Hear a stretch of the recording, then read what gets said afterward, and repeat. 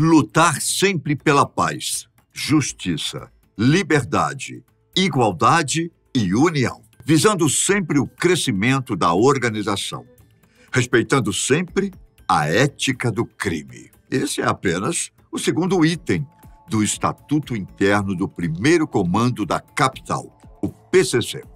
E tem um início compartilhado por todas as pessoas do mundo. Afinal, paz, justiça, liberdade, igualdade e união são objetivos que todos querem alcançar, pelo menos em tese. O Primeiro Comando da Capital, ou PCC, é uma organização criminosa que atua principalmente no estado de São Paulo, mas que possui facções em todo o território brasileiro, além de países próximos como Paraguai, Bolívia, Colômbia e Venezuela. De acordo com fontes oficiais, o grupo possui cerca de 100 mil membros, sendo 9 mil apenas em São Paulo. A organização é financiada principalmente pelo tráfico de drogas, mas também obtém receita por meio de roubos de cargas, assaltos a bancos e sequestros. O grupo está presente em 90% dos presídios paulistas, sendo que os negócios particulares dos líderes e da própria facção têm um faturamento estimado pela inteligência policial em, no mínimo, 400 milhões de reais por ano ou mais.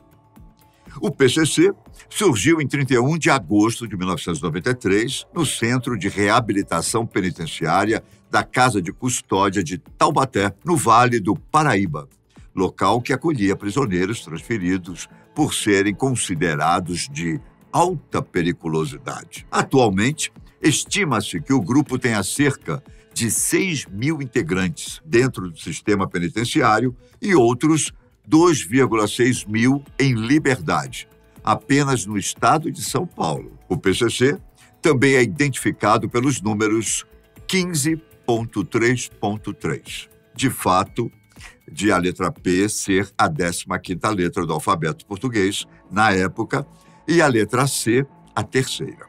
O curioso é que o que deu início ao grupo foi um jogo de futebol. O próprio time já levava um nome usado atualmente pela organização. Durante uma das partidas no pátio, eles mataram um dos criminosos mais temidos do presídio e se tornaram a gangue dominante da penitenciária. A partida, claro, foi só um pretexto para que eles agissem. Inicialmente, o PCC não tinha uma atividade criminosa específica e seus membros atuavam de forma independente em diversos crimes, pagando mensalidades para financiar a organização. Ao contrário de gangues convencionais, o PCC não recrutava membros por meio da violência, mas em situações excepcionais. Contudo, justamente por causa da necessidade de se organizarem melhor, que foi criado o Estatuto Interno do PCC, no qual Misael teve uma importante participação, tanto na formulação quanto na organização das leis. O terceiro item, voltado aos novos integrantes, diz: todos os integrantes do comando têm por direito expressar sua opinião e têm o dever de respeitar a opinião de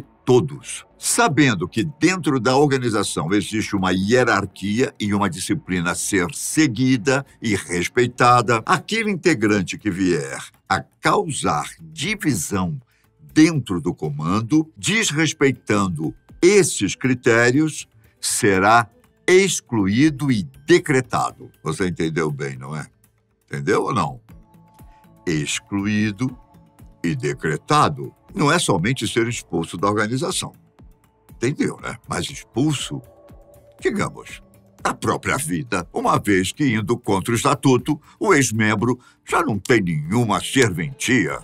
E pior, pode falar o que não deve para alguma outra organização inimiga. Muitos ex-integrantes já passaram pelo Tribunal do Crime, ou por traição, ou por simplesmente terem deixado o grupo por alguma razão. É mais ou menos isso.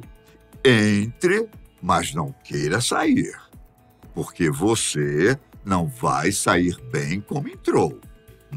O Estatuto foi dividido em 16 artigos e possui um forte teor político. Os itens 4 a 6 deixam claro que, como integrante, o indivíduo deve estar o tempo todo à disposição da organização, além de ter que colaborar fielmente. O 4º artigo diz o seguinte: deixamos claro que não somos sócios de um clube, e sim integrantes de uma organização criminosa que luta contra as opressões e injustiças que surgem no dia a dia e tenta nos afetar. Sendo assim, o comando não admite acomodações e fraquezas. O artigo 5 diz que todos os integrantes que estiverem nas ruas, ou seja, fora da cadeia, devem estar à disposição do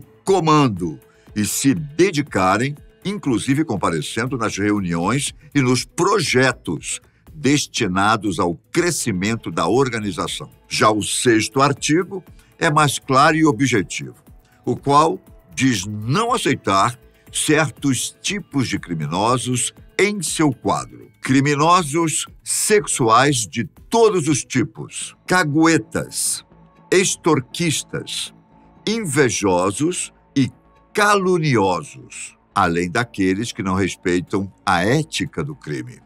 E se qualquer um dos membros resolver aprontar uma dessas, é imediatamente excluído e decretado. Apesar da falta de fontes a respeito da prisão de Misael Aparecido da Silva, o Misa, conseguimos informações de que ele teria sido preso por crime de violência sexual, ainda em 1985. Porém, isso não era do conhecimento da facção, já que Misa conseguiu esconder esse fato de outros prisioneiros. Aliás, tem até um caso curioso, antes de contar o desfecho com Misael. No início do ano de 1983, lá em Nápoles, na Itália, um grande empresário e dono de uma joalheria famosa, Presta Luigi, foi sequestrado por 7 homens armados e mascarados. Eles eram integrantes do grupo mafioso chamado Camorra. Inicialmente, o valor do resgate era de mais de